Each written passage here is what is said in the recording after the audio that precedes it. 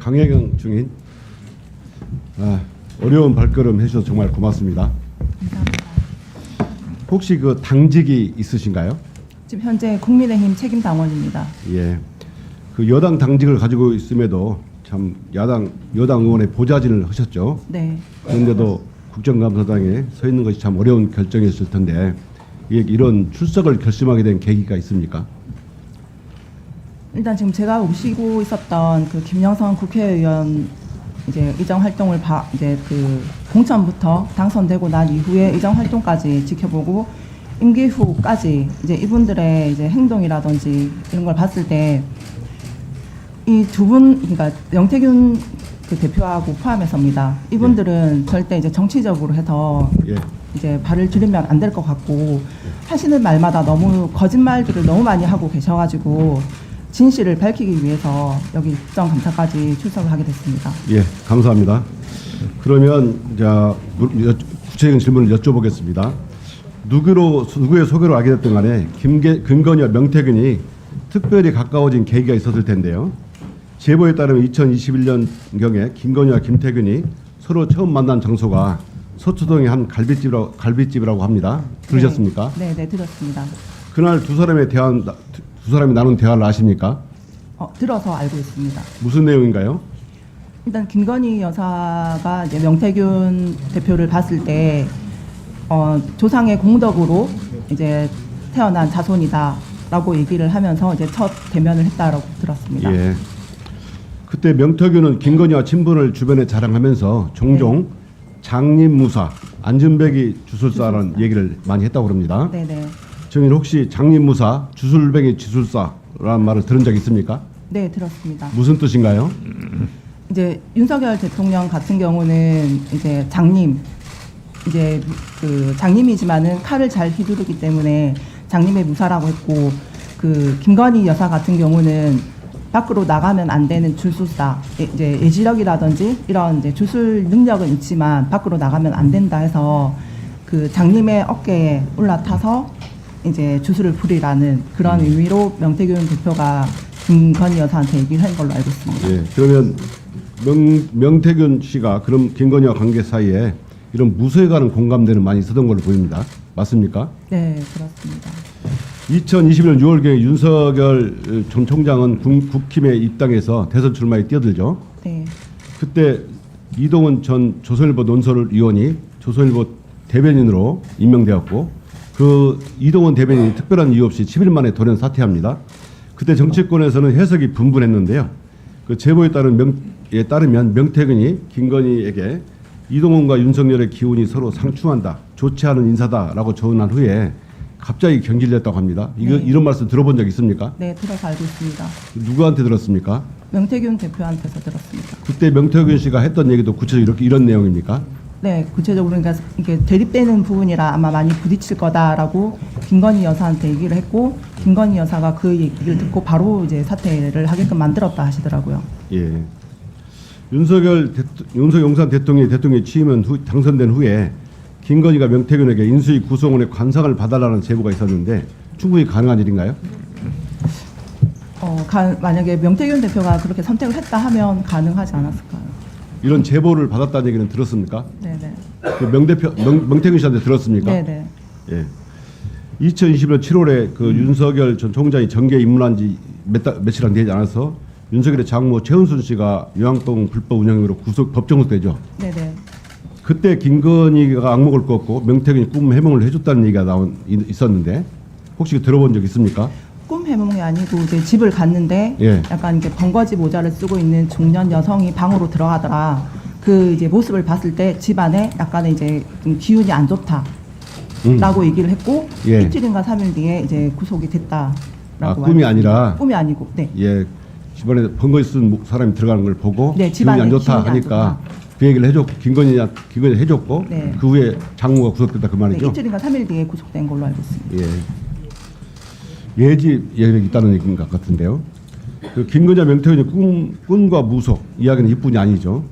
그해 12월 초에 김건희는 명태균에게 악몽을 얘기했고 명태균은 권성동, 장제원, 윤한홍이 총장님을 펄펄 끓는 솥에 삶아먹는 꿈이라고 해석했다 합니다. 혹시 이 얘기 들어보셨어요? 네, 들었습니다. 어떤 저한테 얘기입니까? 그 통화 녹취에도 있는 부분인데 이제 김건희 여사가 이제 꿈을 좀 안 좋게 꿨다라고 얘기를 하니까 이제 명태균 대표가 김건희 여사한테 그 윤핵관이라는 그 세 분이 윤석열을 팔팔 끓는 솥에 삶아먹는 그런 이제 현상이다라고 얘기를 했고 그 뒤에 저 김성동 의원 그 성추행 혐의 이 건에서 사건이 사건이 벌어진 걸로 들었습니다. 그럼 명태균 씨가 사전에 이런 얘기를 했고 이런 예지력이 있었고 그러자 이런 일이 생겼다는 거죠. 네.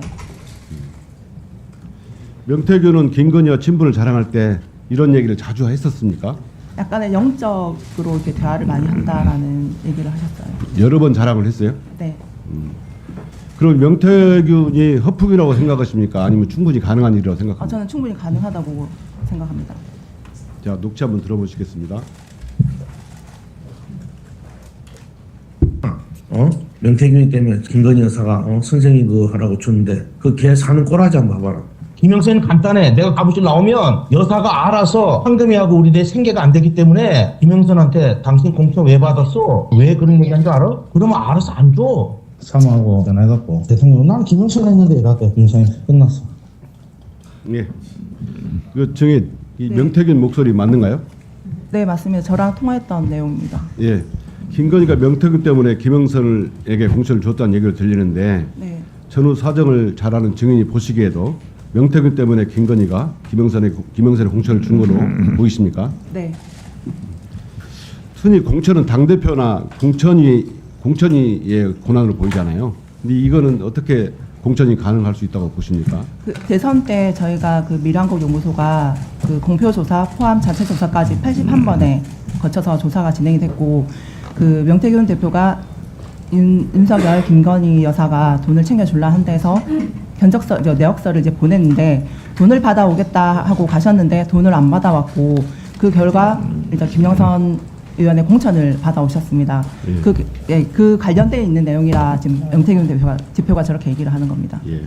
명태균은 김건희와 카톡 캡처가 2,000장이 있고 중요한 것만 200장이라고 합니다.